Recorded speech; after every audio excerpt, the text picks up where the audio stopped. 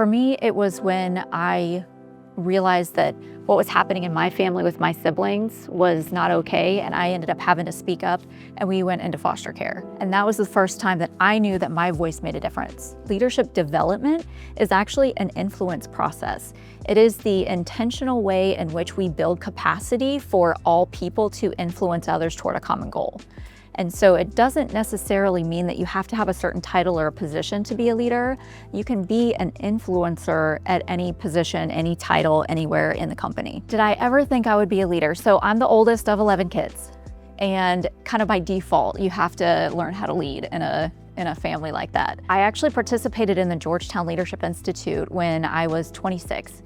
And there was a question that they asked of 100 people from all over, like these large project directors from states.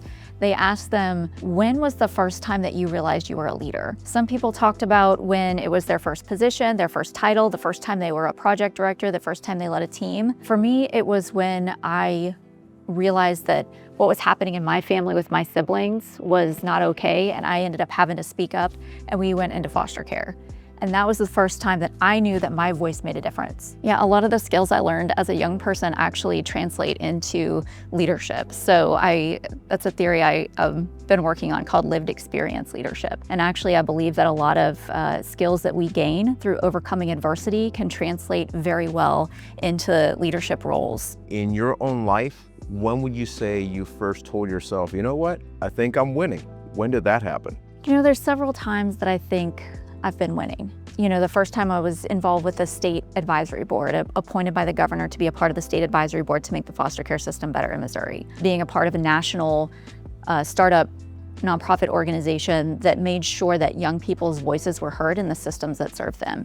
Being the first on a scholarship to go to an international foster care organization, and within 10 years becoming the president, right? So I have those moments for me, but what makes those moments winning moments was that I got to be a part of a group of people who had the same passion, the same dedication, and the same shared vision to make sure that we were leaving the world a better place than we found it. What would you tell younger Lacy about what more experienced Lacy has achieved in her life? You're getting in the feels, Juan.